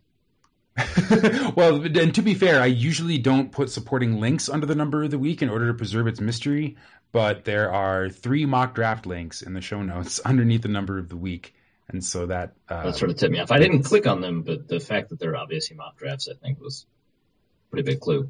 So what do the links say? Do they all say the Vikings picked the same person? No, they're all different. The 3 links I chose are Walter Football. Yeah.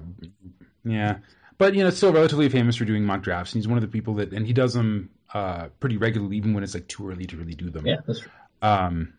CBS Sports, which I don't know. That's good stuff. And I took one computer simulation, draft-tech.com.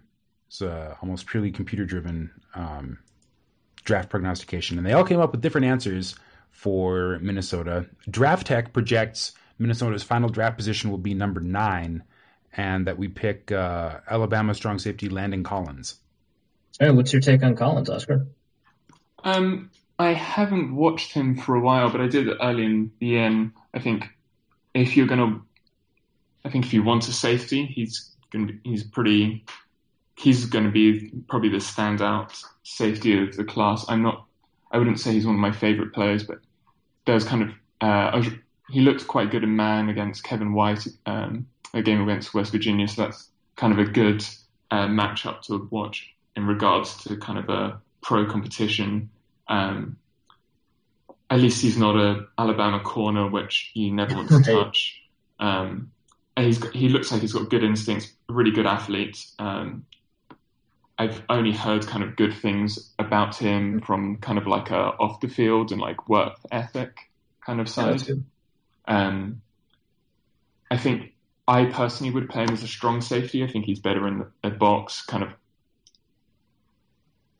like fundamentally. I think he's a bit better there. I don't think he has kind of the long speed and range to play single high the whole time or want to have him there too much. I think you're taking a bit away from his game in that aspect.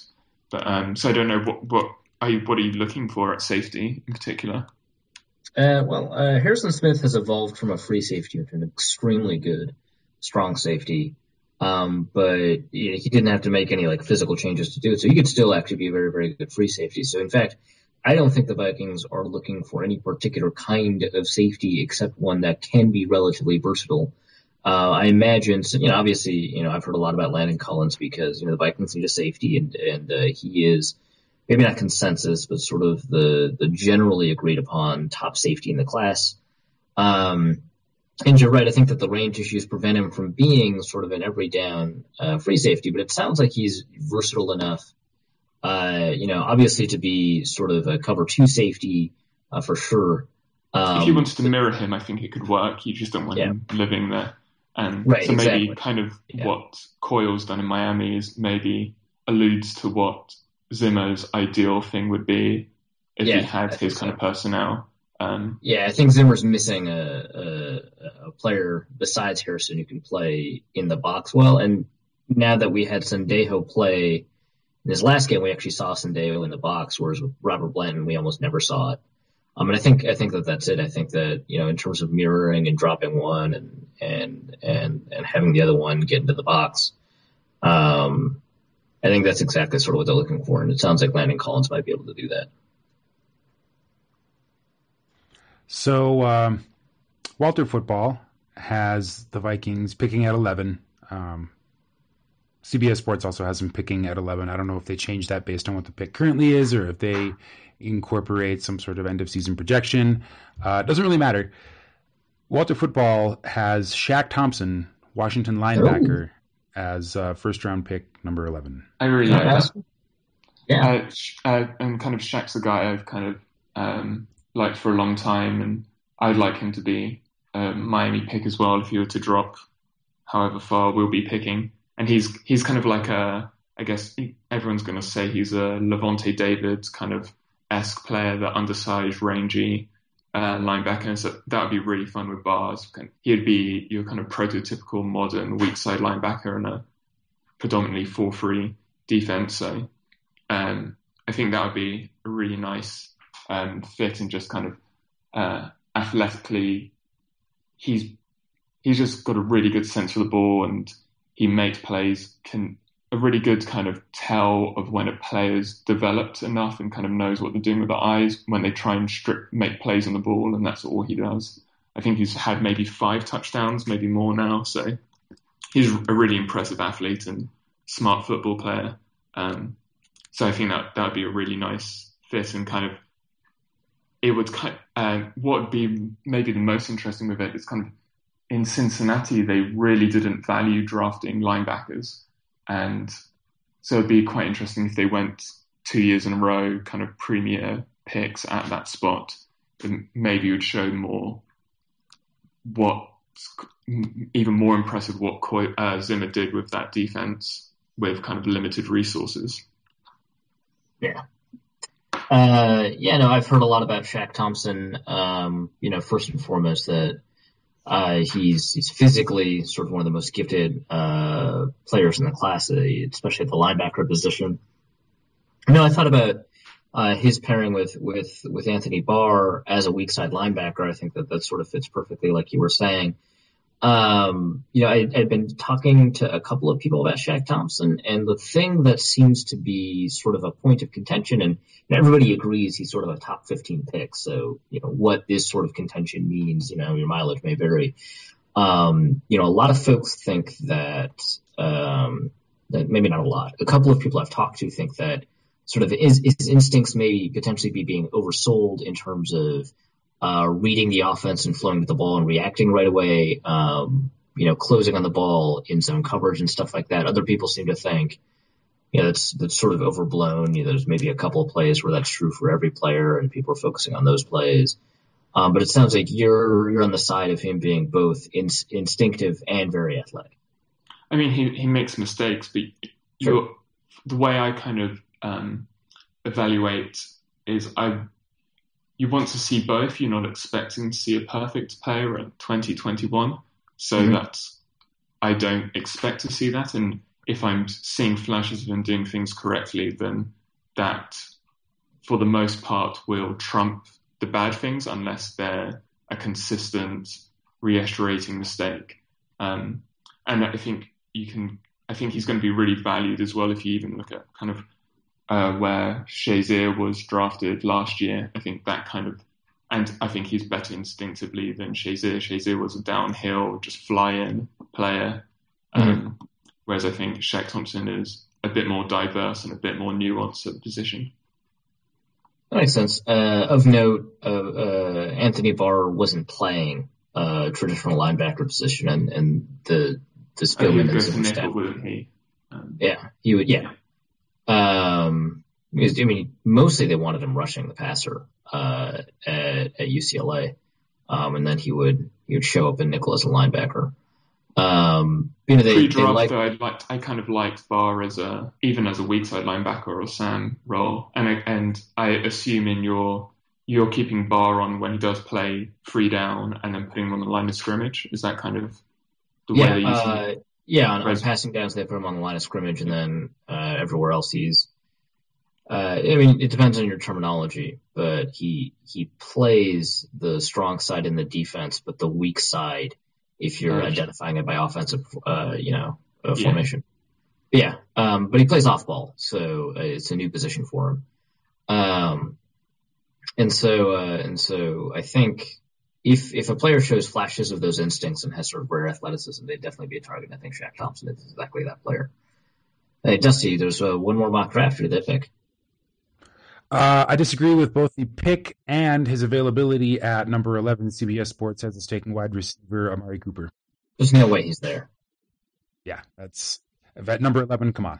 So, do you even want to talk about it? Would you be looking for a wide receiver in the first point, or are you do you think Jennings is going to go? Do you think kind of Cordero's development is being put on ice for now? I just don't see why we would take a wide receiver first unless we were subscribing to Omar Kelly's belief that you love a player, his number 3 belief, if you love a player, pick him up in the draft, even if you don't have a need at that position. Like I despise that. Dolphins did with Jarvis Landry. I despise that so much. It creates so many inefficiencies for you. But I think, Oscar, you're right. A lot of Vikings fans are actually asking about grabbing a wide receiver in the first round. It's not something I'm enamored with. I wouldn't be upset if the Vikings did it. I think it depends sort of on how the board falls and who's available, obviously. But I think you're right. I think Greg Jennings, I think is very talented. I think the emergence of Charles Johnson, I don't think that's fake. I think that's sustainable. I think Jarius Wright is a very good 3rd or 4th receiver, and I think Cordero Patterson, like you're saying, is in the middle of his development curve, and though he's benched, it's not an indication that he's not sort of a candidate to do well. So in that context, I think a receiver would be an inefficient use of draft resources. Of interest, I think Amari Cooper played with Teddy Bridgewater in high school. Another receiver, Devontae Parker, played with him in college. So that might interest people, and maybe that chemistry is worth paying a little bit extra for. I doubt it. Teddy doesn't seem like the kind of passer that where chemistry is distinctly important. Like Aaron Rodgers, for example. And of course, you always sort of invite criticism when you compare a player to an elite player. But Aaron Rodgers, I don't think chemistry is particularly important. Obviously, those back shoulder throws, it matters a lot. But, the ability to distribute the ball to 8 different players over the course of a game, I think it just implies that you have the ability to throw to an open receiver. And I think that's what Teddy's been doing. I mean, he threw it to Cordero Patterson after he'd been benched for 3 games. He threw him on 3 straight passes because Patterson was open. I think in this case, I think chemistry might not be that significant to Bridgewater, in which case, maybe picking up those people that he played with in high school or college is sort of overblown. And also, I don't think Amari Cooper falls that far.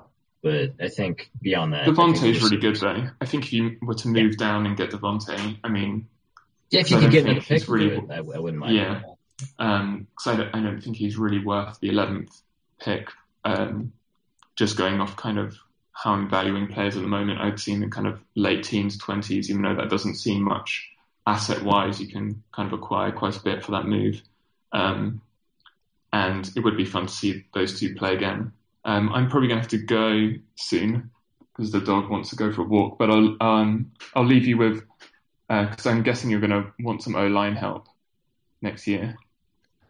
Exactly. And actually, we have one last segment of the show before we let you go for reals. It is known as Wildly Irresponsible Prognostications, where we attempt to make a prediction about something that will happen at some point in the football future, either about a game or the season or something that will happen in the off season that is plausible but not likely.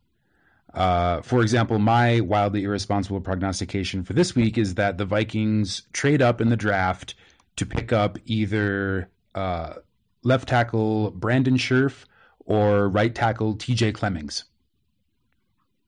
I'll go because I was going to bring up. I've been watching recently this Arizona State offensive lineman Jamil Douglas.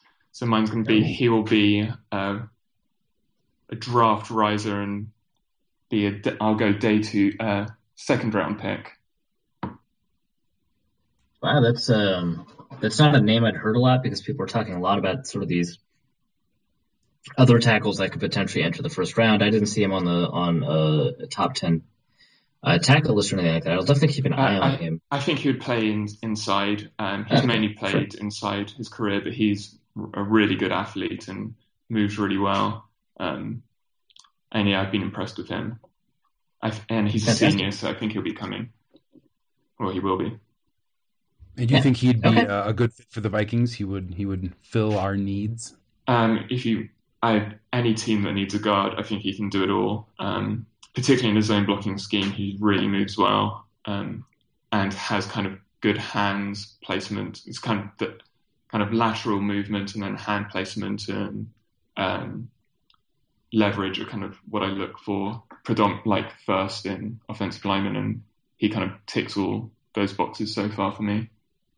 This is great. So the Sun Devils website, so the Arizona Sun Devils, has a scouting report on him, which of course doesn't list any weaknesses.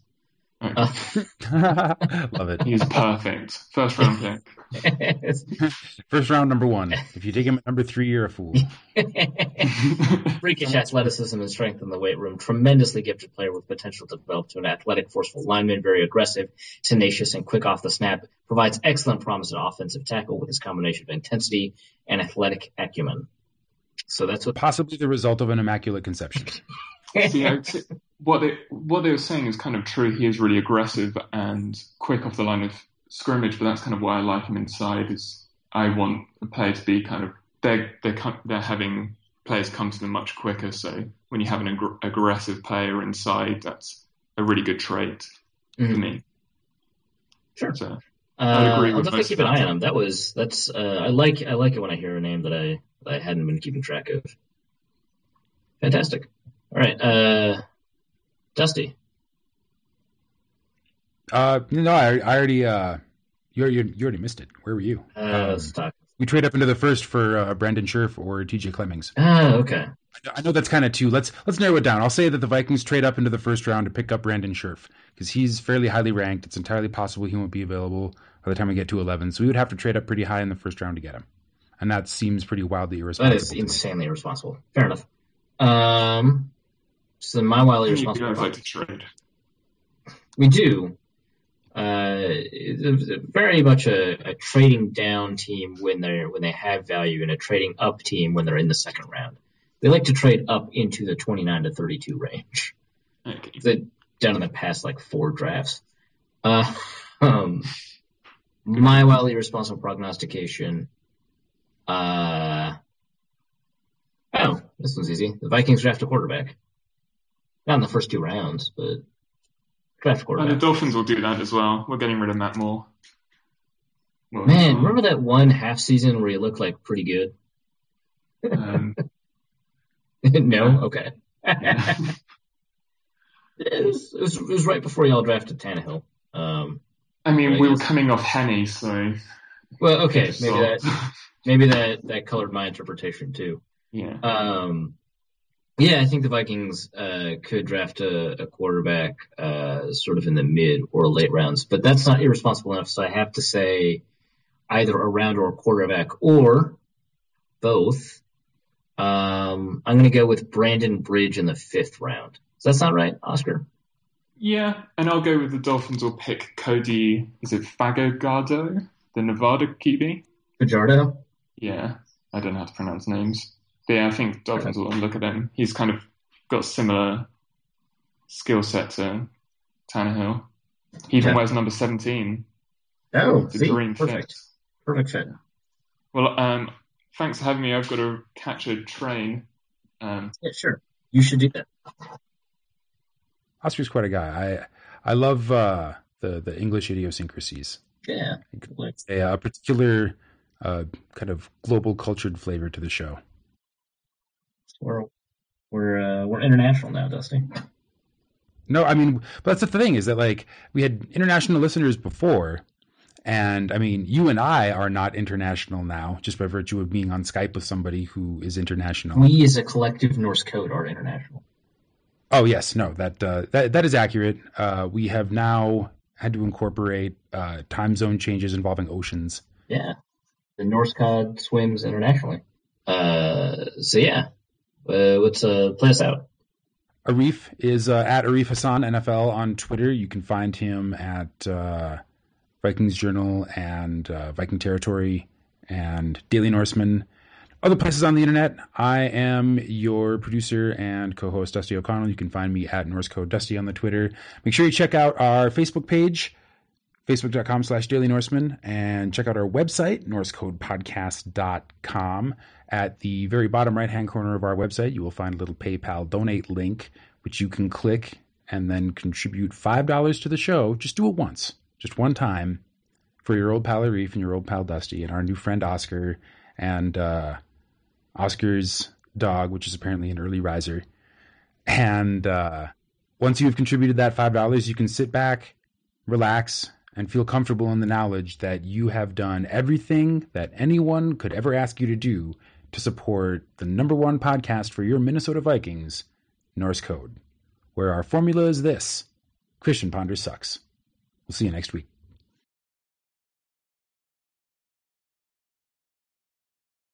Norse Code is the official podcast of the Daily Norseman SB Nation blog and is produced with cooperation from Pompous Jerk Productions. Pompous Jerk Productions. Attitude with attitude.